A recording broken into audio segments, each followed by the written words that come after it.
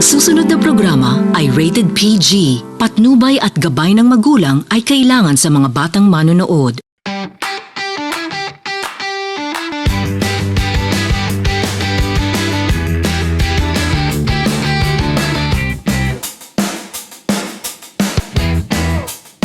Welcome back to another episode of Pretty Petty the Podcast. I'm your host, Tito Alvin, and in this podcast, we talk about the hottest topics, trending issues, and everything pretty and petty. If it's your first time here, please consider subscribing to our YouTube channel by clicking on the subscribe button and the notification bell para notified ka sa mga bagong episodes. Kung sa Spotify ka naman nakikinig, you can follow our podcast sa Spotify by going back to the main page and then click nyo lang yung follow button. You may also follow our social media pages on Facebook, Instagram, and TikTok by going to the link you see at the bottom of your screen.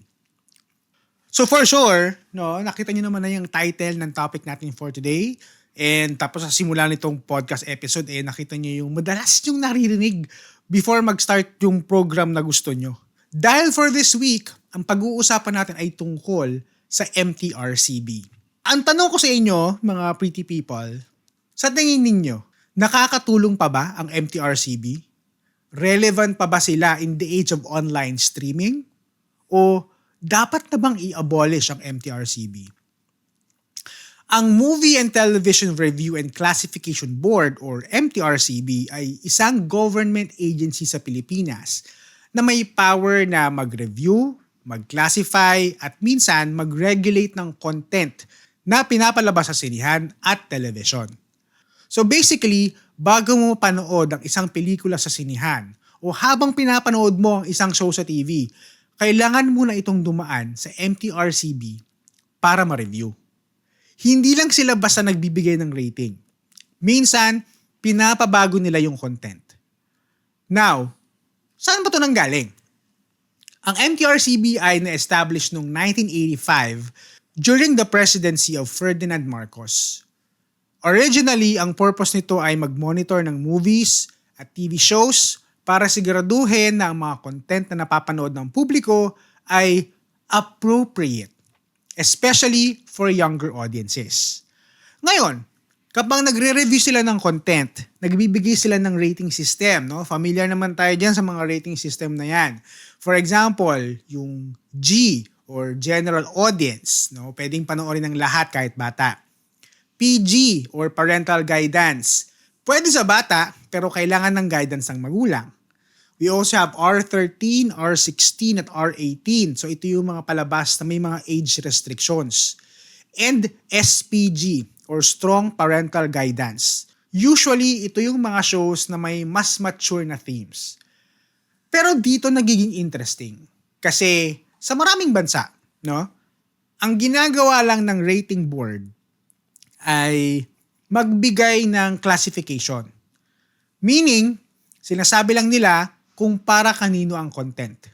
Pero para sa Pilipinas, ang MTRCB, meron silang additional power. Pwede silang mag-request ng cuts sa mga scenes, mag-demand ng editing, or in extreme cases, ipagbawal ang pagpapalabas ng content. So, essentially, the board acts as a moral gatekeeper for what can be shown on traditional media. And dito nagiging interesting ang discussion. Kasi merong dalawang sides dito . On one hand, may mga nagsasabi na important ang ganitong regulation because television and movies, they have millions of viewers including children. But on the other hand, critics argue na sobrang laki ng power ng MTRCB when it comes to deciding what is acceptable. Because think about it, art, storytelling, comedy, even social commentary, lahat yan subjective.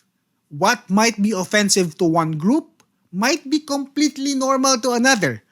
So the big question becomes, should the government board be the one deciding what is morally acceptable for the entire country? Or should their role be limited to guiding viewers through ratings only instead of regulating the content itself? And yan yung question that brings us to the next part of this discussion.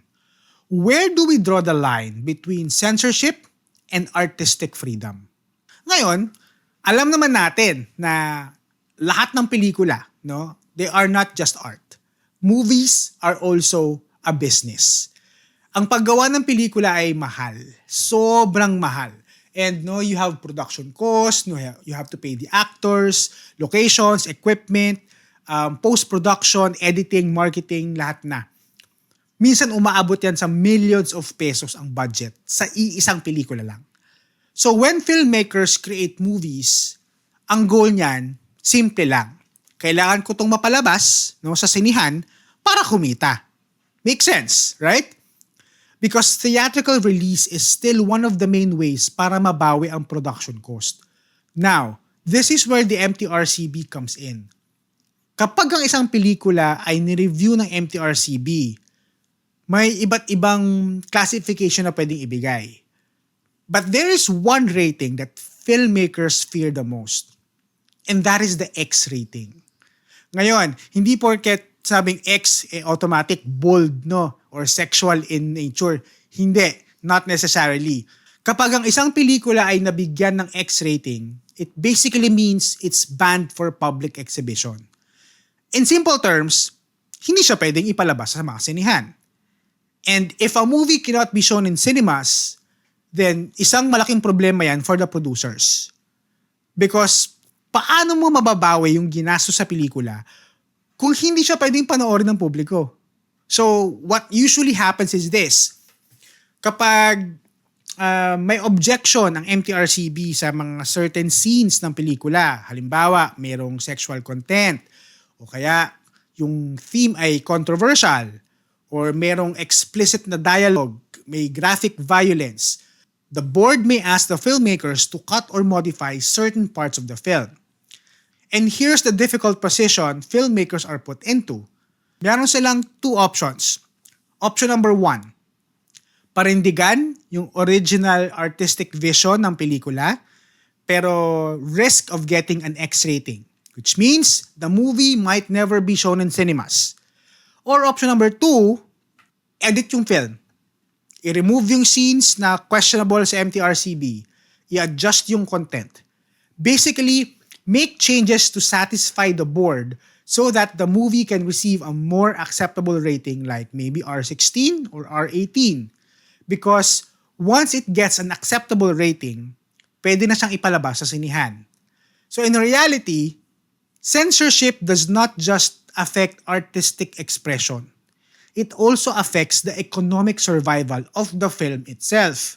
Because when the board has the power to decide whether a movie can be shown in cinemas or not, yung mga filmmakers, sometimes, or should I say most of the times, they are pressured to self-censor even before the movie is finished. Meaning, habang sinusulat pa lang nila yung script, habang ginagawa pa lang nila yung pelikula, iniisip na nila, nako, baka hindi ito pumasa sa MTRCB. Naku, mukhang alanganin tayo sa eksenan to, baka may X-rated to. Baka hindi ito mapalabas sa sinihan. So even before the board reviews the film, the possibility of censorship is already influencing creative decisions. And that leads to a bigger question. If yung mga filmmakers, no, if they have to constantly adjust their work just to make sure their movie can be shown, do you still consider that full creative freedom? Or is it a form of censorship driven by the reality of the industry? Kasi at the end of the day, filmmaking is both an art and a livelihood. And kapag yung regulation, it affects whether a film can earn money or not, yung impact niyan, it goes far beyond just creative expression. Pero alam nyo ba kung hindi mas nakakainis? No? MTRCB is super strict pagdating sa cinema or films. Kapag X-rated yung rating nila, good luck sa pelikula mo. Hindi yan pwedeng ipalabas sa sinihan. Pero, ibang usapan pagdating sa TV. May mga shows depicting infidelity or adultery. Diba? Yan naman yung madalas na trope eh. Mga storya ng mga TV shows sa Pilipinas, no? Yung mga kwentong kabit. And meron ding mga TV shows na heavily focus on violence, barilan dito, suntukan dyan, gang war doon, police brutality, etc. And wag ka, meron ding mga shows, no? O meron ding mga scenes sa mga TV shows depicting SA at grape. Pero ang irony dito is, these are all shown in free TV. No, walang censorship. Mas madaming bata ang pwedeng makapanood ng ganitong klaseng palabas. Nagagets nyo ba yung ibig kong sabihin? If we are letting these kinds of stories to be shown on free TV, then why are we so strict in censoring films in cinemas, no, sa sinihan? Kung tutuusin, may level of screening ka na nga pag sa sinihan eh. Kasi hindi naman lahat gustong pumunta ng mall. Hindi lahat may capability magbayad sa sinihan. So kung wala sila, kung ayaw nilang magpunta ng mall, wala silang perang pambayad ng sinihan, kahit gusto nilang panoorin yan, hindi nila panoorin yan. So doon pa lang nasi-screen na. Pero sa TV, the moment that you open or you turn on your TV, kung ano ang nandyan, mapapanood yan ng lahat. Eto ka pa nga. No, legislators also want MTRCB to control streaming content as well.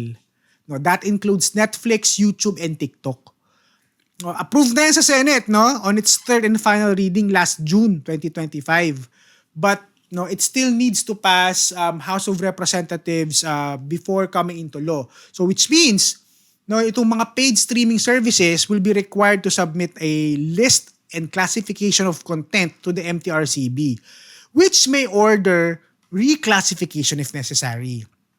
And sino kamo ang nag-sponsor ng bill na to? Sino pa? Si Liver Lover. But to keep everything fair, no, sinabi naman ni MTRCB Chairperson Lala Soto that the board does not seek to rate or review these materials. There are no prior constraint or mandatory review before content is shown.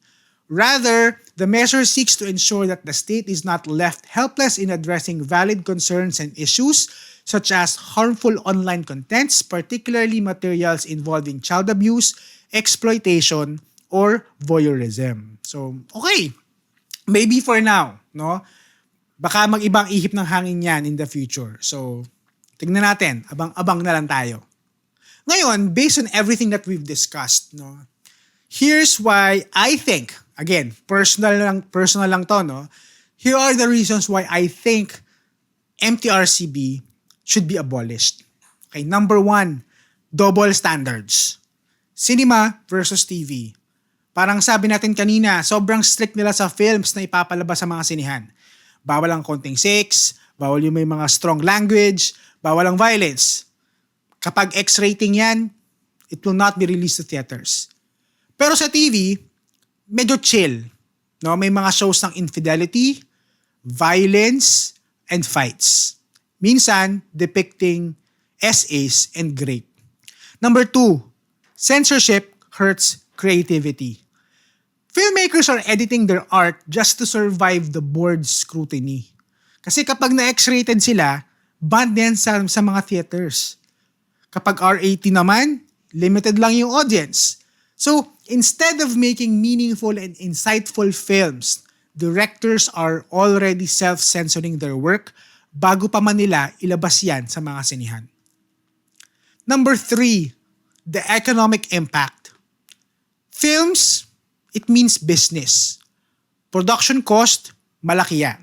Kung hindi ipapalabas sa cinema yung mga pelikulang X-rated or na X-rating ng MTRCB, walang income, walang ROI, walang trabaho. So MTRCB isn't just affecting art. It's also affecting livelihoods of the crew, of the actors, of the producers, and the distributors. Reason number 4 is the outdated system. Itong board na to, no, si MTRCB, it was created 1985. Bago pa lang internet during that time. So bago pa mag-streaming, bago pa mag-Netflix and YouTube. Ngayon, yung content, it's global and all accessible online. Even if a film is X-rated or censored locally, no, dito sa Pilipinas, people can still watch it online. So, the system is very archaic. Nagre-regulate sila of the wrong medium at the wrong time. Reason number 5, education and social awareness are blocked. No? Unfortunately, even contents created for the purpose of educating the public, binablock ng MTRCB. Some shows or documentaries meant to educate or inform the public are blocked or delayed because of the board. If your content have strong sex education material, it's going to be blocked. If it has social documentaries, it's going to be delayed.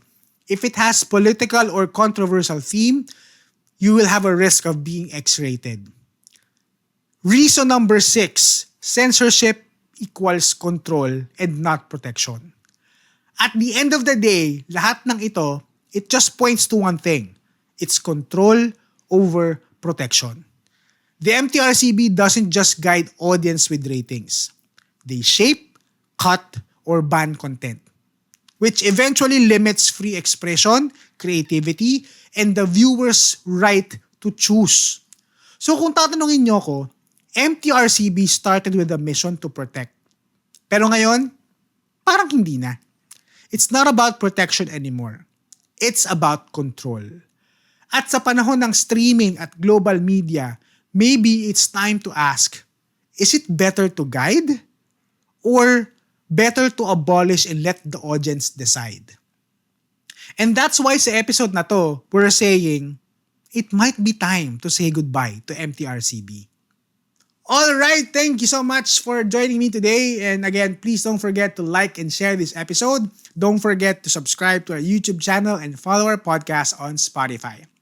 You can also follow our social media pages on Facebook, Instagram, and TikTok by going to the link you see at the bottom of the screen, or just go to linktr.ee/prettypettythepodcast. If you're a brand looking for partnership and collaboration, please send me an email at prettypettythepodcast@gmail.com. And with that, lagi nating tatandaan to always stay pretty at huwag maging petty. Bye-bye!